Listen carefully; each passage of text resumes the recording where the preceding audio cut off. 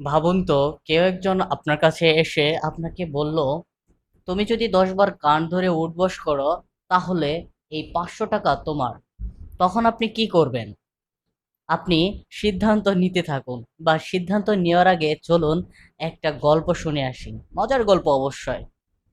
এক দুপুরবেলা বাবা বাথরুমে, মা কিচেনে রান্না করছে এবং ছেলে বসে বসে টিভি দেখছে।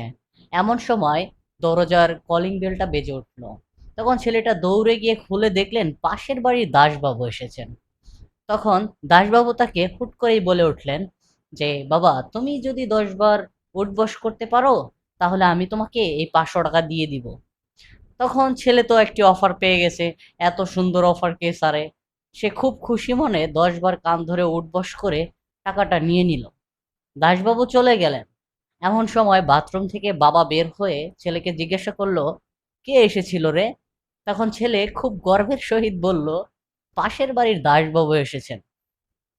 তখন বাবা উত্তরে বললেন, দাশবাবু কি আমার থেকে ধার নেওয়া 500 টাকা দিয়ে গেলেন? এইবার বলুন, অফারে কোনো কিছু পেলে কি লুফে নিবেন, নাকি লুফে নেবার আগে কারণ জানতে চাইবেন?